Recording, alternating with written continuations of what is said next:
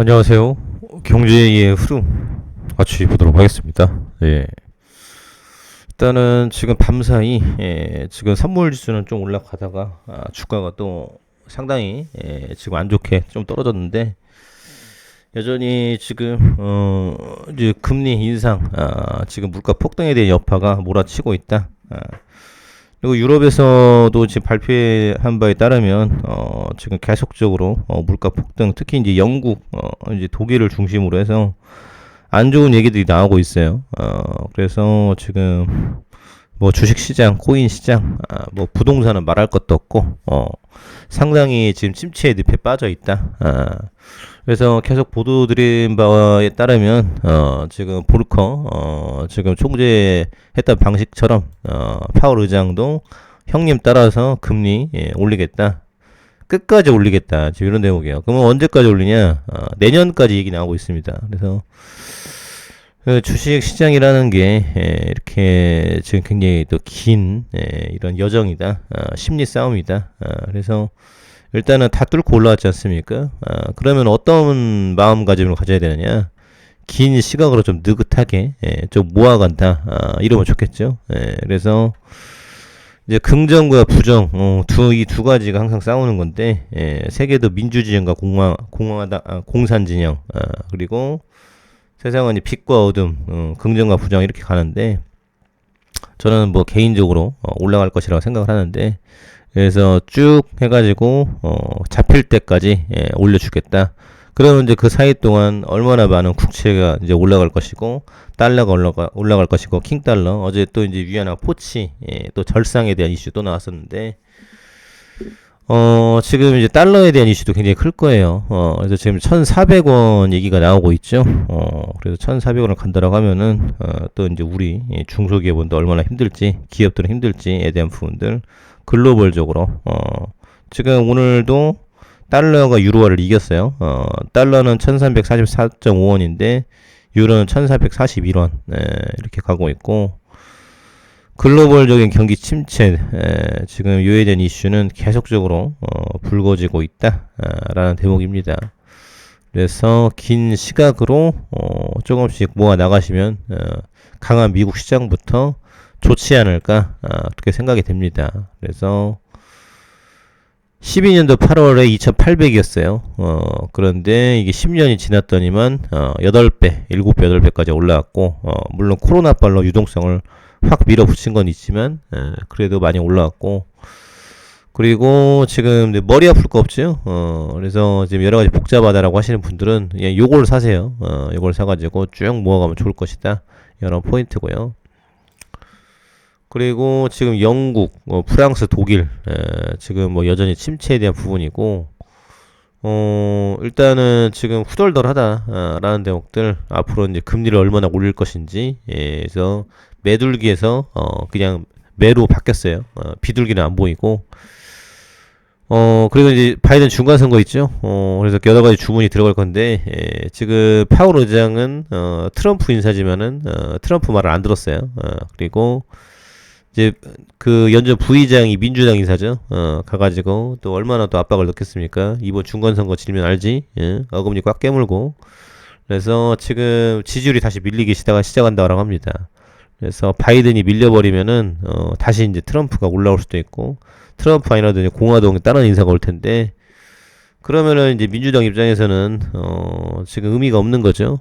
정치라는 것은 이 지금 기회를 잡아야만 빛을 발하는 건데 그래서 민주당에 대한 여러 가지 정책 오죽했으면은 탕감 정책까지 들고 나왔을까. 그래서 대학생들 지금 이 대출이자 갚아주겠다 이제 이런 이슈가 나왔고 그리고 이제 에너지에 대한 위기 이게 굉장히 크죠. 혹독한 겨울 닥친다. 러시아, 프랑스, 독일 가스 공급 중단에 대한 부분들 독일, 네덜란드 가스관도 잠가, 자원 무기화, 유럽연합 수장들 긴장 속 대책 마련 분주하다. 그래서 가스관을 중단을 이제 해버렸죠. 그래서 지금 낮은 좀 덥지만 저녁 지금 아침 저녁으로 굉장히 쌀쌀합니다. 그럼 유럽은 또 어떻게 될까? 그래서 지금 기사가 나온 게 밥을 먹느냐 난방을 떼느냐, 이 둘 중에 선택을 해라. 이제 요런 어려움까지 왔다라는 거예요. 그래서 앞으로 에너지 자립화, 요거는 너무도 중요하다라는 부분이고요.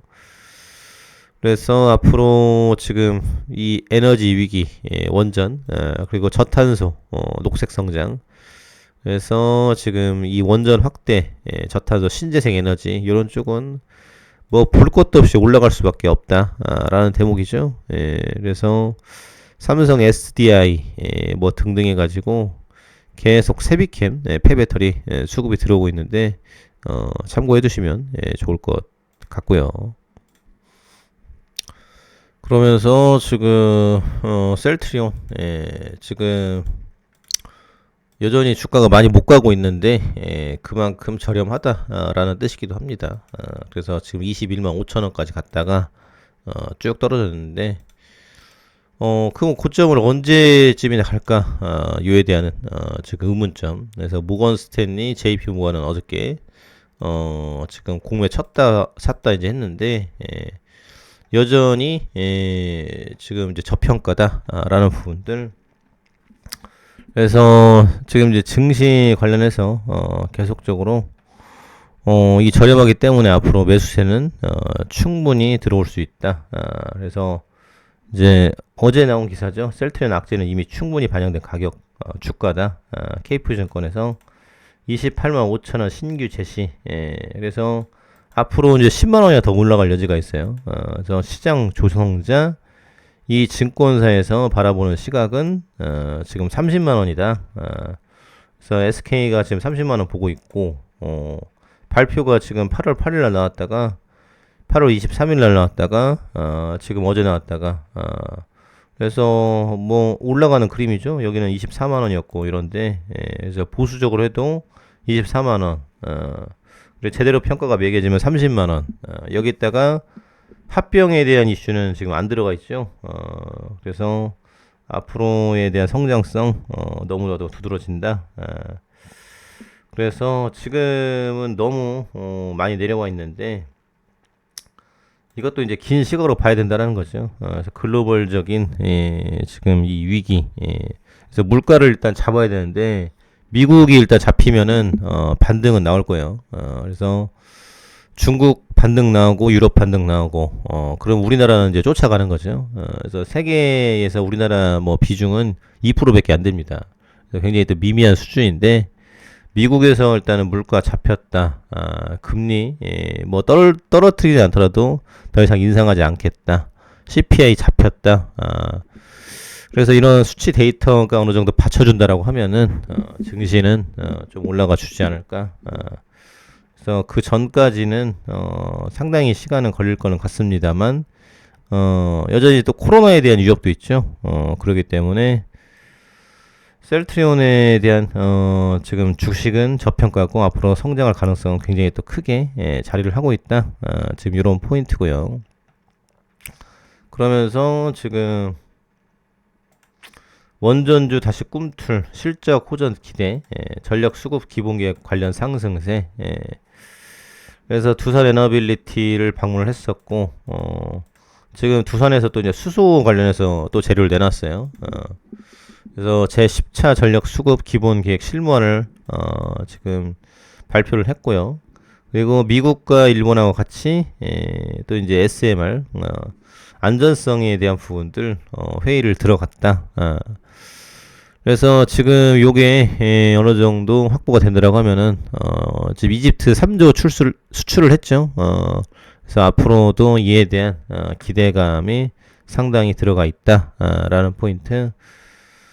그리고 유연성 확보와 전력계통 보강 목적 투자비 증가, 송배전이 아닌 발전 분야에서 시장 경쟁을 조성할 예정이고, 그리고 지금 이제 대학 지원이 굉장히 또 크게 나오고 있죠.